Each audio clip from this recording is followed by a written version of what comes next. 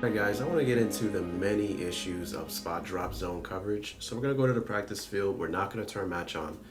And ironically, the majority of people that you play online, they play spot drop coverage. And I think they do it because they don't fully understand match. And they like for their defenders to do exactly what they see on screen. So as you see, we have 2 hook curls, 2 curl flats, and then 3 deep zones. So we're going to play cover 3. And learning how to attack spot drop coverage is the beginning to evolving your passing attack, and you'll be a lot better with understanding concepts and what you're trying to do as an offense in the passing game. So we're going to take a look at this corner over here. He's in spot drop, outer third, and notice how the receiver curls in front of him, but he just continues to drift off into space. This is spot drop coverage rearing its ugly head. This is the deep middle third. He's doing the same. He's dropping off into space, defending grass, not receivers, right? And as expected, the corner on this side, notice how the receiver curls and the corner just continues to drift off into space. And we can look at it from the front viewpoint, and you can see these 3 defenders are useless to a lot of route combinations that we can design against spot drop coverage.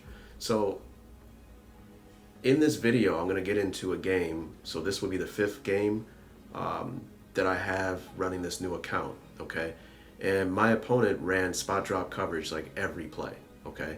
And what we can do is we can just eliminate the outer shell of the coverage. That's what I do when I envision passing against a defense that plays like this, because the outer shell of the coverage really doesn't impact anything underneath. And this is how we can get into stretching defenders. So take a look at cover 4 drop zone really quickly. And we're going to compare cover 4 drop zone to cover 3. Okay, and we're going to envision that it's spot drop cover 4. What's the difference?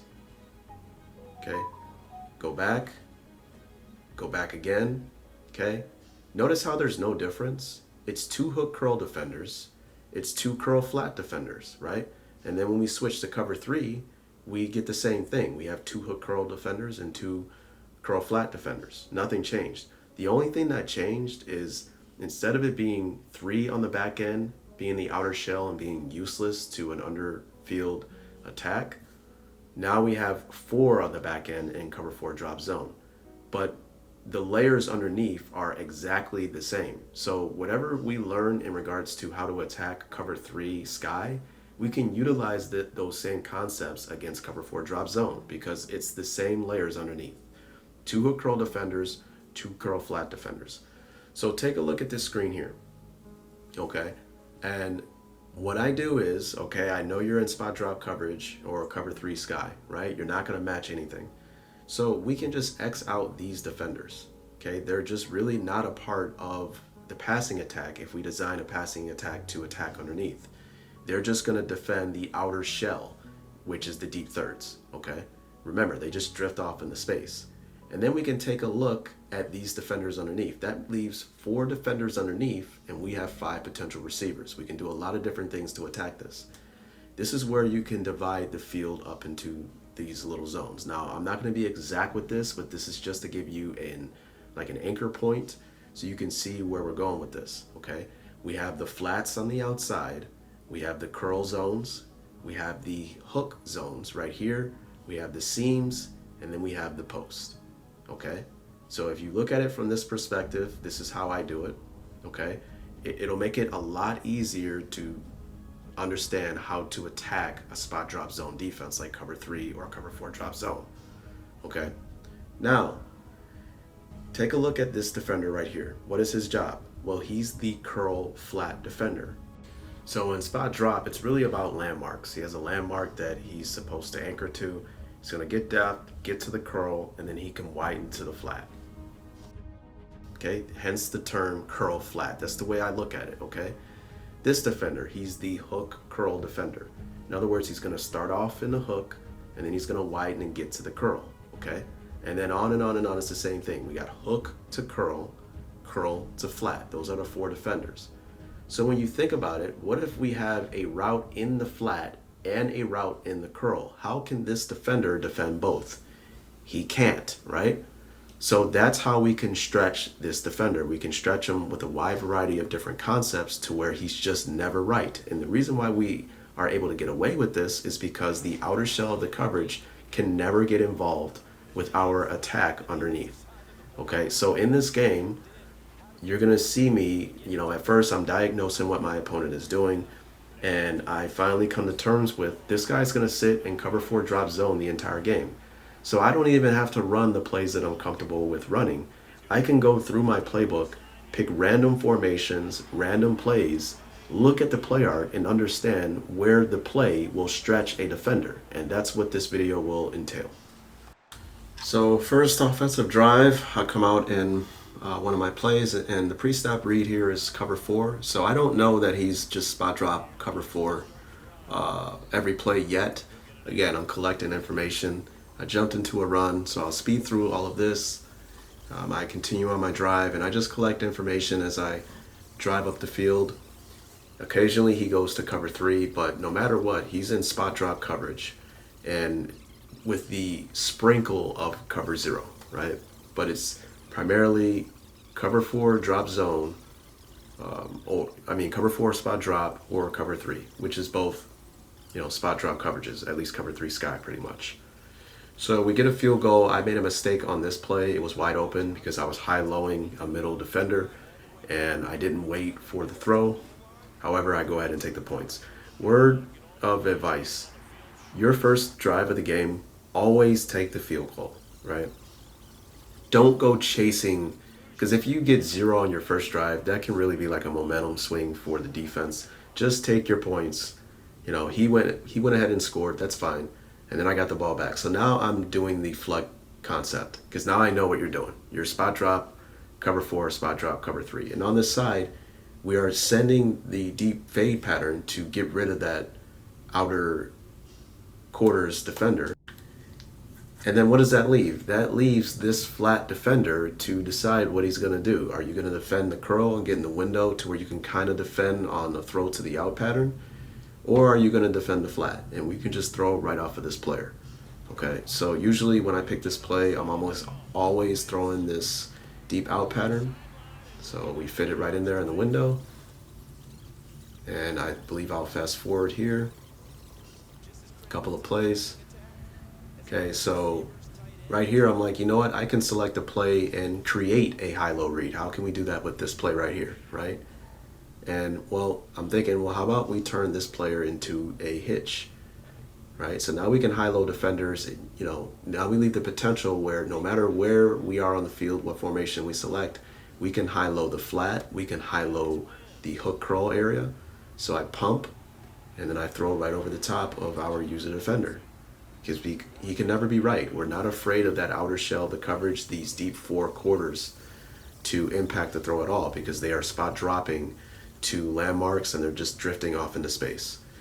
So we go ahead and score, and I believe I did something really stupid here. I played like a cover 1 man, and he threw it deep, got a big play, and then he actually scored here, I think. Yeah, he did. So that drive was 100% poor play calling on my part. And then also on that last play of the game, I selected to defend the sticks, which turns into spot drop. And that's why the tight end just busts wide open into the seam. So I almost never play spot drop. And the one time I did, I get burned for it, right?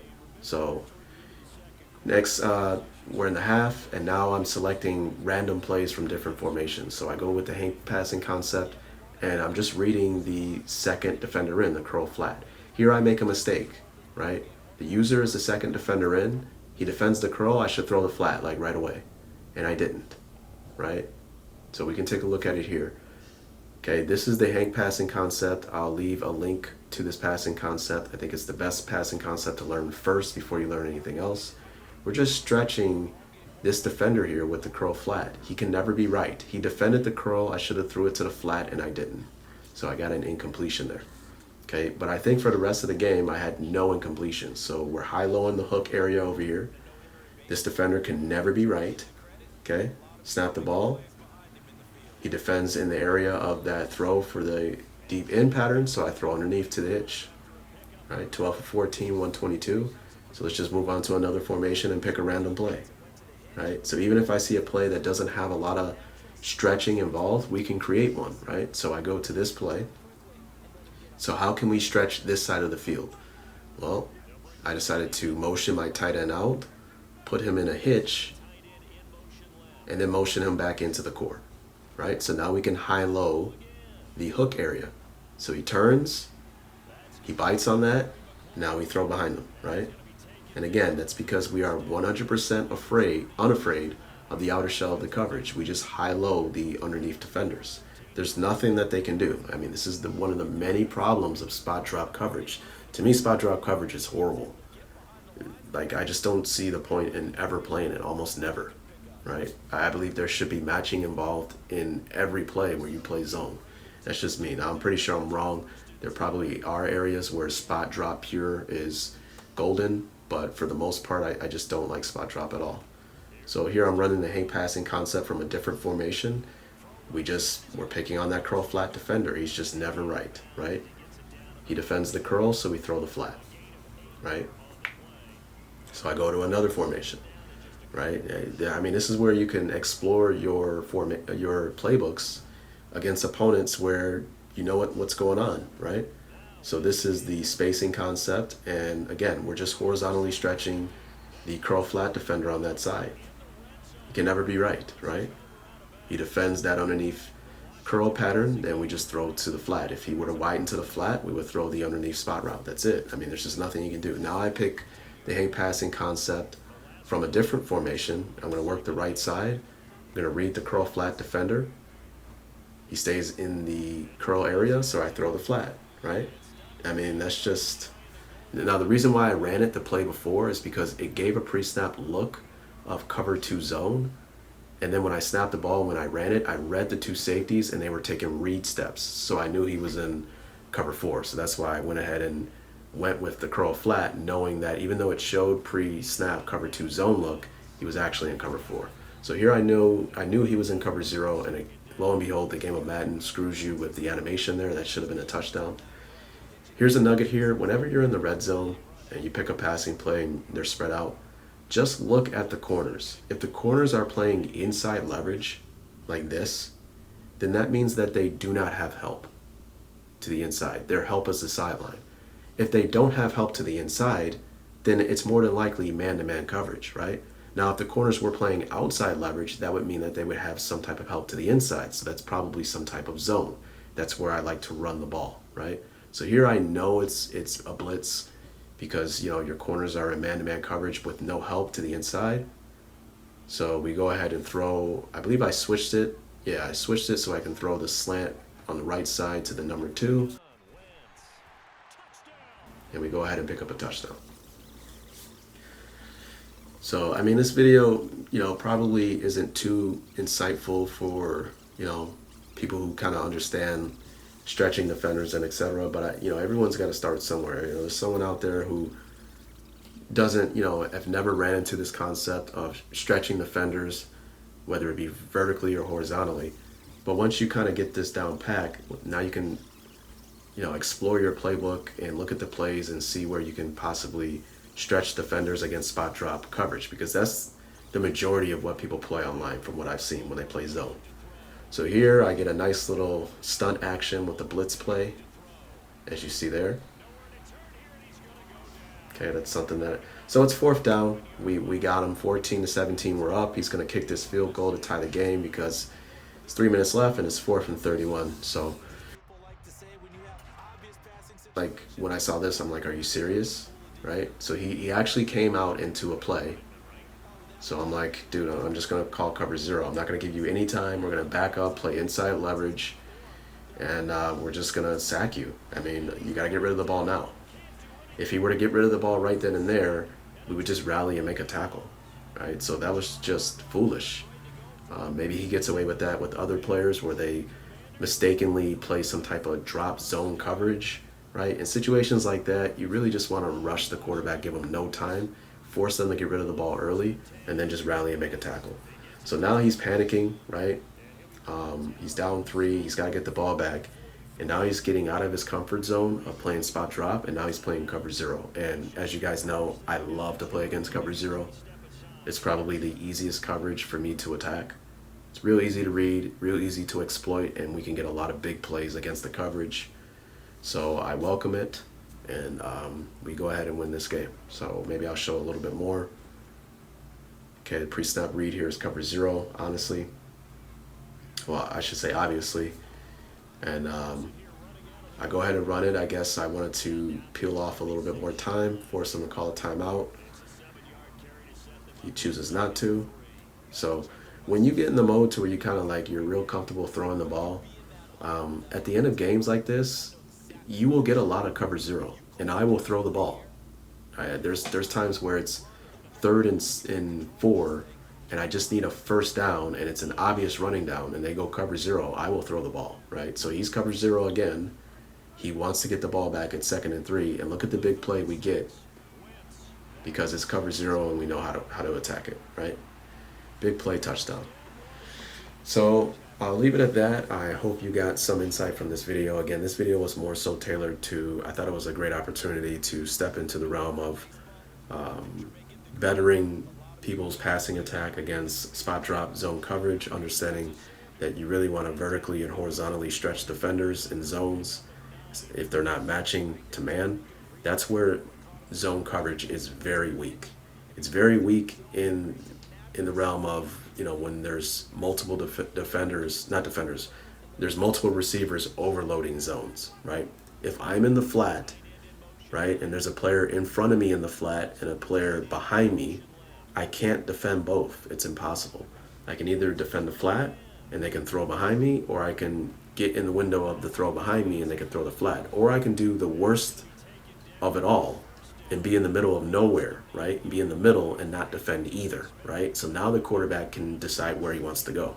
Obviously, he would probably want to take the bigger play, but he can never be wrong because now I'm just in the middle of nowhere defending nobody, okay? So I'll leave it at that. I hope you guys enjoyed the video. I hope you got some insight, and I hope you keep coming back for more, man. Peace.